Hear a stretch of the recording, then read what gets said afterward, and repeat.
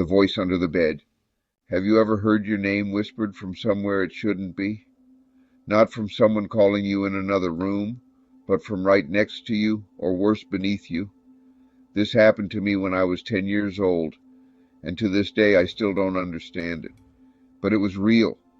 I felt it, and I still think about it every time I lie down to sleep. I was spending the summer at my grandparents' house. They lived out in the country, the kind of place where neighbors were fields away, and the nights were completely black. No city lights, no sounds except for frogs and wind. Their house was old, like really old. The floors creaked if you so much as breathed too hard, and it always had this weird smell, like musty wood, maybe old books and dust. My room was upstairs, right at the end of a long, narrow hallway. The bed was shoved into the corner just under a small window. It was a twin-bed old metal frame, thin mattress. Underneath it, just a few boxes my grandma kept, and I think maybe a couple of my grandpa's tools. That night I went to bed around 9 p.m., like always. I remember feeling kind of uneasy, but I thought maybe it was just being in a different place. Everything looked unfamiliar in the dark. The shadows stretched weird, and the old curtains moved even when the windows were closed. Somewhere around 3 a.m. I woke up. I didn't know why at first. It wasn't a loud sound, just something. At first I thought it was the wind, but then I realized it sounded like whispering, faint, dry, like when someone's lips barely move, but the sound still reaches you. I sat up slowly, my heart already racing a little. I thought maybe my grandparents were talking in the hallway, but as I listened closer, I realized it wasn't coming from the hallway. It was coming from under my bed. A sudden sharp sting of silence, just the whispering now slow, raspy. The voice, it was a low whisper, and it kept repeating my name. Tyler, Tyler. Then something worse. Come down here, come see. I froze. My entire body just locked up, you know. I didn't want to breathe. I didn't want to blink. I didn't even want to look down. Every instinct I had was screaming at me, don't move. Don't let it know you're awake. I pulled the blanket over my head like that would protect me. But I could still hear it. The whisper got louder, more urgent. Come down here. I swear to God I could feel cold breath against the bottom of my mattress. It knew I was awake. I couldn't scream. My throat was just tight. I just shut my eyes and tried to disappear. I must have stayed like that for hours. The whispering didn't stop for a long time. But eventually, it did. Then it was morning. Sunlight started to creep through the curtains, and I could hear the birds singing outside. My grandma came in to wake me up, just like nothing was wrong at all. She smiled and told me breakfast was ready, but I didn't move. I just stared at the floor, next to my bed. Because that's when I saw them, scratches, dozens of them. Deep, thin lines like someone or something had been clawing at the wood from underneath. Not the kind of marks a box would make. These were curved, deliberate, like nails or claws. My grandma saw me staring and said, "Oh, those have always been there." But I swear they weren't there the day before. After that night, I flat out refused to sleep in that room again. I made every excuse I could think of just to stay on the couch downstairs. I never told my grandparents the full story. They wouldn't have believed me anyway. Years later, when I was a teenager, I finally worked up the nerve to look under that bed again. The boxes were still there, but behind them, pushed all the way into the shadows, was an old vent cover, broken, loose, big enough for someone to crawl through. Sometimes I still think about that voice, the way it said my name, the way it knew I was awake, and I wonder, was it just a dream, or was someone or something actually waiting for me to look under that bed? Please don't forget to like, subscribe, and hit the notification bell for spine-chilling horror content, and to watch more scary videos. Sleep tight if you can. Please share with family and friends. The thing outside my tent. Have you ever been so deep in the woods you start to wonder if you're the only thing out there? What if something or someone is just watching you, waiting until you close your eyes? This story still messes me up when I think about it, because whatever was outside my tent that night, it wasn't an animal, and it wasn't lost. It knew I was alone, and it wanted me to know it was there. I was 17, and this was supposed to be a simple solo trip. I'd been camping for years with my dad and brother, always in safe, familiar areas. But that summer, I wanted to try something more adventurous. I found this remote trail online. It was about 2 hours from my town, deep into a forest preserve with barely any cell service. I told my mom I was going with friends. She wouldn't have let me go alone otherwise. I parked, hiked in a couple miles, set up camp near a small creek, and cooked dinner while the sun went down. It was quiet, no other tents, no voices, no distant dogs barking, just trees and silence.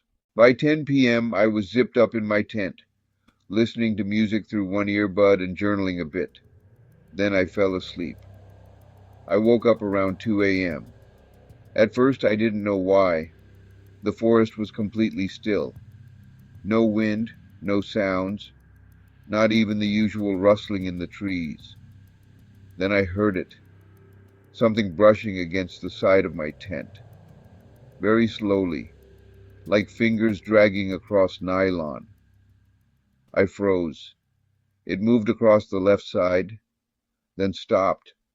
I held my breath. Then there was a weight, something heavy pressing down on the fabric, right next to my head. I could hear it breathing, not like a dog or bear huffing. It was slow, deliberate, human. I didn't move. I didn't even blink. I was laying there, clutching my knife inside my sleeping bag, trying not to make a sound. Then I heard soft footsteps circling the tent. They would stop, then start again from a different side. At one point, I swear it sounded like someone lightly dragging their nails down the fabric, tracing the seams. It didn't feel random. It felt like they were studying the tent. I wanted to yell to scare them off, but my throat was dry, and something deep down told me, if I said anything, they might answer. Then I heard it, something crawling, not walking, not pacing, crawling on the ground, slow, deliberate. Whatever it was, it moved around the back, then stopped directly at the front zipper. And then it started to pull the zipper down, just an inch, just enough to make a small noise. Then it stopped, waited, like it was trying to see if I'd react. I didn't move. I just stared at the zipper, watching the shadow outside. It wasn't an animal. It was on two legs before, and now it was crouching, watching. I stayed like that until the sun started to rise. I never slept. The sounds eventually stopped, but I didn't dare unzip the tent until full daylight. When I finally got out, I immediately checked the ground around the tent. There were muddy footprints, but not boot prints. Bare feet, small, maybe subhuman, circling my tent over and over again. Some were pressed into the soil with toes gripping like a crawl, and a few had long drag marks behind them, like whoever or whatever was out there was sometimes on all fours. I didn't take time to eat. I packed up everything in under 10 minutes and got the hell out of there. No one passed me on the trail. No parked cars at the trailhead. It was like I'd been completely alone the entire time, except I wasn't. That trip was supposed to be about independence, about proving to myself I could survive in the wild, but something out there was watching me, and it didn't want to be seen. It just wanted me to know I wasn't alone. I haven't been camping alone since, and I never will again. Because the scariest thing in the wood isn't a bear or a wolf. It's the thing that waits until you're asleep and then brushes your tent, just to let you know it's right there. Please don't forget to like, subscribe, and hit the notification bell for spine-chilling horror content, and to watch more scary videos. Sleep tight if you can. Please share with family and friends. The phone call. Have you ever picked up a phone call you knew you shouldn't have? What if one decision, 1 second of hesitation opened the door to something watching you, something waiting for you? This happened when I was 27, living alone in my first apartment. It was nothing fancy, just a small, one-bedroom place on the fourth floor of a nice building. The kind of place where the walls are solid, awesome natural lighting, and the hallway always smells like roses. That night it was raining hard, the kind of cold, steady rain that dulls everything outside. I remember I couldn't sleep, just tossing and turning, checking my phone every 10 minutes. At exactly 2:46 a.m., my phone rang. No name, no number, just blank. My gut told me to let it go, but my hand moved on its own. I answered. At first it was just silence, but not dead silence. There was breathing, soft, shaky, close. I said, "Hello?" No answer. "Who is this?" Still nothing. Then, just as I was pulling the phone away, I heard it, a low, distorted voice whisper, "I'm watching you." I don't know why I didn't just throw the phone across the room. My entire body locked up. I hung up, turned on every single light, and stood in the middle of the living room, just listening. I checked the locks. I checked the windows. I even opened the closet and looked under the bed like a scared kid. Nothing. No sign anyone had been inside, but my heart wouldn't stop racing. Eventually, sometime around 5 a.m., I passed out on the couch with all the lights still on. Later that morning, I woke up to the sound of my upstairs neighbor leaving for work. As I went to make coffee, I noticed something odd inside on the floor at my front door. There was a small yellow note, in messy, almost shaky handwriting. It said, "You looked scared. You should be." I stood there frozen, just staring at it. My building has a locked entrance. You can't get in without a key, passcode, or someone buzzing you in. And I hadn't heard a thing all night. I checked the peephole. Nothing. Whoever left that note were close. They had been outside my door just hours ago, watching. I didn't tell anyone at first. What would I even say? That a ghost prank called me? I convinced myself it was someone messing with me. A wrong number. A sick joke. Maybe someone trying to scare me for fun. But that night my phone rang again. Same time, 2:46 a.m., same blank screen. I didn't answer. I couldn't. I just let it ring until it stopped. Then, a minute later, a text came through. "Why didn't you pick up this time?" The next day, I asked my neighbor, the one who lived directly across the hall, if he'd seen anything. He was this quiet guy in his 40s, always kept to himself, never talked much. He gave me this strange look and said, "You know, I heard someone walking up and down the hallway last night. Thought it was you, but the footsteps didn't stop for like an hour." I asked him what time it was. He said, "Between 2 and 3, I think." I felt sick. Someone had been pacing outside my door while I slept. I installed a camera above my apartment door the next day, just one of those cheap ones with motion detection. That night I got a notification around 2:48 a.m. I didn't want to check it, but I did. The footage showed a tall figure hood up, face blurred by the camera's low-res night vision, standing perfectly still in front of my door.